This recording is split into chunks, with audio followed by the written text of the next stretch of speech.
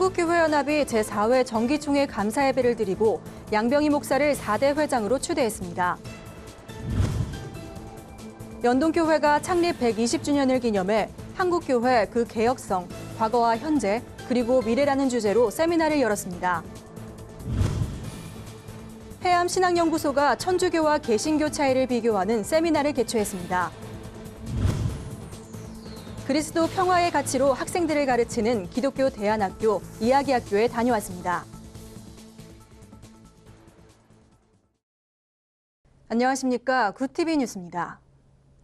한국교회 연합의 길을 모색하며 출범한 한국교회연합이 회기를 바꿔 제4회 정기총회를 개최했습니다.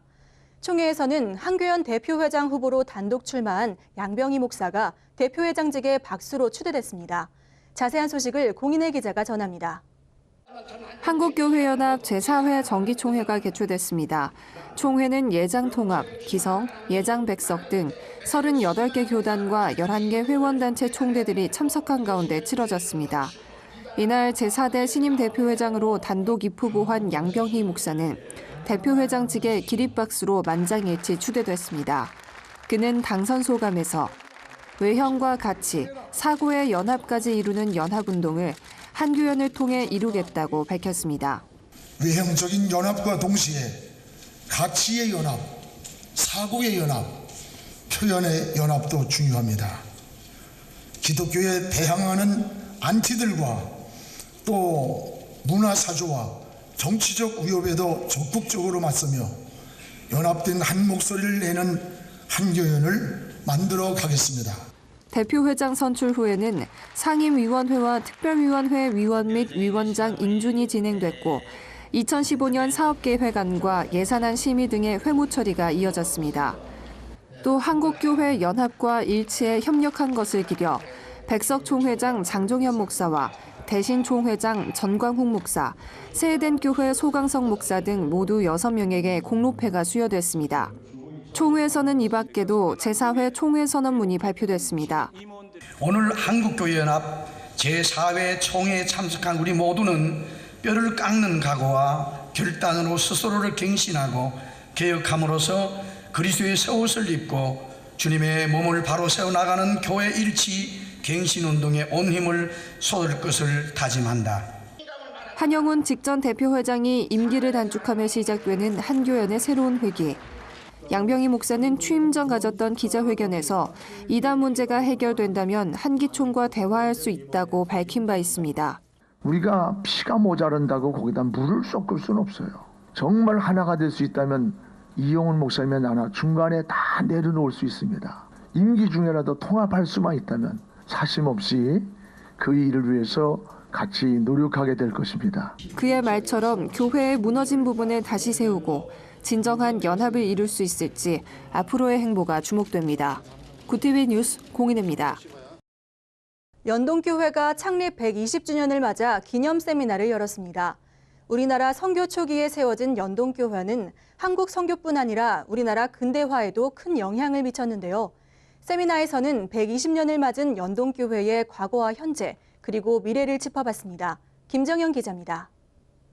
한국교회 그 개혁성, 과거와 현재 그리고 미래라는 주제로 열린 연동교회 120주년 기념 세미나에는 장신대 이미국 교수와 임성빈 교수, 연세대 정종훈 교수 등이 발제자로 나섰습니다. 1894년 창립된 연동교회는 성경 번역과 신앙교육 등으로 선교 초기 우리나라 복음 전파에 큰 영향을 끼쳤습니다. 또한 국민 계몽을 목적으로 한 교육협회를 창설하고 새로운 교과과정을 도입한 학교를 세우는 등 당시 조선의 근대화에도 앞장섰습니다. 연동교회는 조선 사람에게 시민의식을 심어주고 근대사회가 태동하는 산파 역할을 했고 또 사회에서 그러한 공적 책임을 감당함으로써 교회의 공공성을 선포했습니다. 이러한 교회 공공성은 1970년대와 80년대 사회 민주화에 기여했고 90년대부터는 복지사회를 위한 교회 봉사를 실천하게 했습니다. 연동교회는 현재는 민족복음화와 세계복음화를 꿈꾸는 미래지향적 세계교회를 비전으로 삼고 사역을 전개하고 있습니다. 변화 추구, 소그룹 활성화, 영성적 예배 추구, 리더십 양육, 은혜와 나눔의 교제, 복음전도, 사랑의 사귐, 가정사역 등을 중점 사항으로 실행하고 있는 교회이기도 합니다. 또한 갈수록 증가하는 외국 이주민들을 위한 사역에도 큰 비중을 두고 있습니다. 법률적인 자문이라든지 의료 상담이라든지 서울 관광 안내라든지 또 생필품 지원이라든지 이런 활동들을 연동교회 교인들이 지금 전개하고 있습니다. 이 중국인을 위한 예배도 하고 있고요. 또 그들을 선교하기 위해서 중국어 회화를 함께 공부하는 그런 프로그램이 연동교회 안에 있습니다. 이날 발제자들은 120년의 역사를 지닌 연동교회가 하나님 나라를 지향하는 교회로 서기 위해 지금의 사역을 발전시켜 다문화 사회와 세대 간 소통을 선도하고 통일 시대를 준비할 것 등의 구체적 방안을 제안했습니다. 구티비 뉴스 김정현입니다.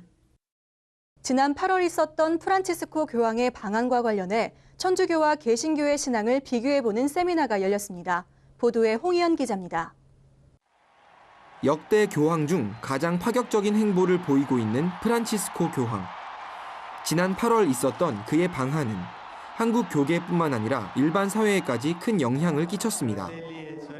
특히 일부 보수적 성향의 개신교에서는 그의 방한으로 인해 성도 수가 감소할 것이라 예측하며 천주교에 대해 크게 견제하고 있는 상황입니다.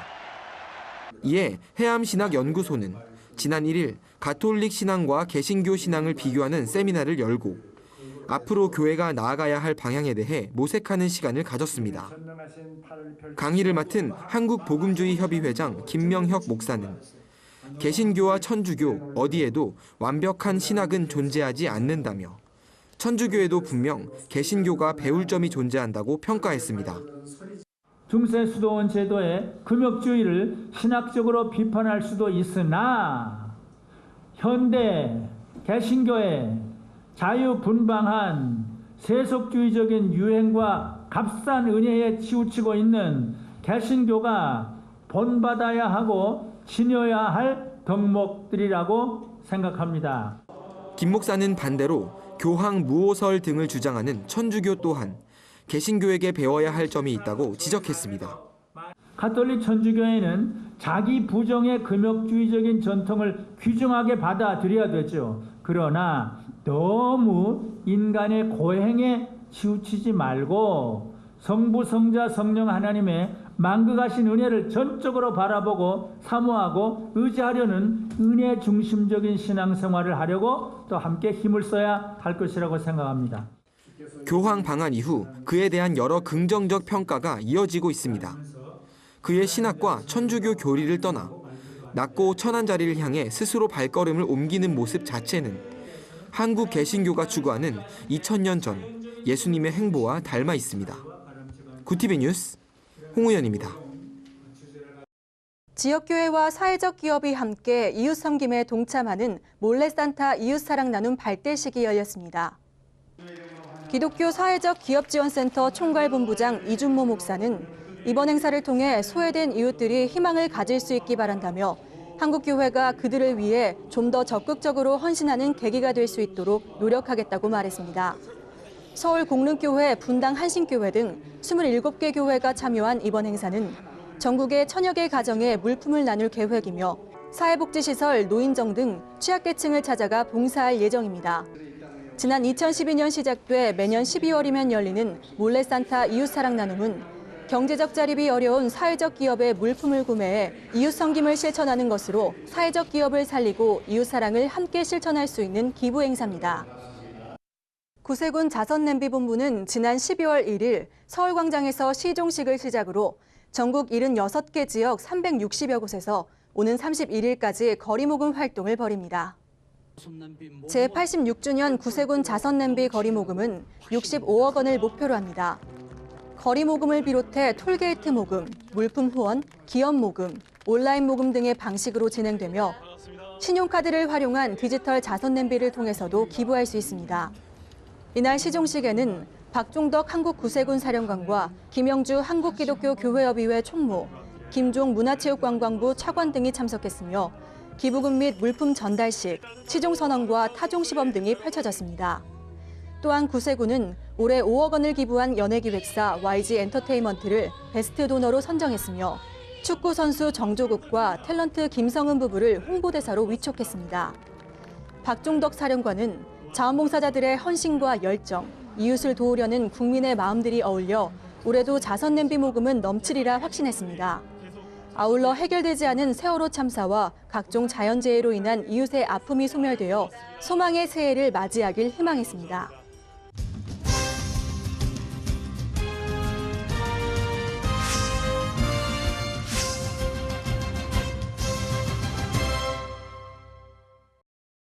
교회 재정과 건물의 일부를 떼어 아이들을 위해 투자하는 교회가 있습니다. 2009년 방과후 활동으로 시작된 이야기학교는 이제 초중등 전일제 대안학교와 러빙스쿨로 발전돼 교회와 가정, 학교, 그리고 지역을 연계하는 교육을 이어가고 있는데요. 샬롬의 교육을 추구하는 기독교 대안학교 이야기학교에 공인혜 기자가 다녀왔습니다. 오전 10시 40분. 방금 전 말씀 수업이 끝난 아이들은 음악을 들으며 자유시간을 만끽합니다. 학년과 성별이 다른 공동체 생활이지만 이를 통해 더 활발해진 자신을 발견했다고 학생들은 고백합니다. 전에는 이제 조금 소심하기도 하고 조용한 학생이었는데요. 이 학교에 다니면서 활동 같은 거 많이 하면서 조금 활발해진 것 같고, 영어와 수학 등의 일반 교과 과정에 더해 여행과 무예 등 다양한 체험 교육으로 학생들에게 스스로를 탐구하도록 돕는 이야기학교.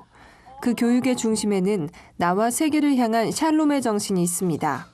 이야기학교는 초중고 통합형으로 되어 있어서 아이들의 건강한 내면을 기르려고 하는 목적을 가지고 있습니다. 내면이 건강하다는 의미는 자기 마음이 따뜻하고 또 자기에 대한 존중의식도 있고 다른 사람에게 열려져 있고 갈등을 해결할 수 있는 능력이 있고 또 사회에 대한 관심도 있고 이 전체를 통합해서 내면이 건강한 아이라고 말할 수 있고요.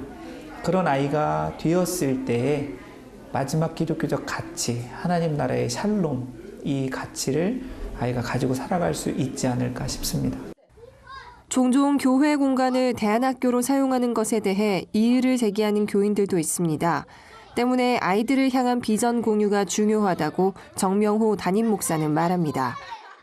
교회 공동체 안에는 이런 대안학교 또 기독교 자유학교 형태의 교육을 할 때 교회 예산이 그리고 교회 시설이 다 투자되어져야만 하는 것을 이해 못하는 분들이 종종 있죠.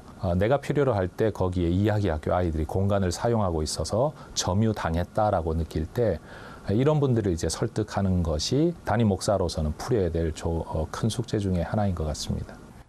이 밖에도 전문 NGO 단체 러빙핸즈와 결연으로 진행되는 러빙스쿨은 지역 내 차상위 계층 아이들에게 더 나은 미래를 꿈꿀 수 있도록 돕습니다.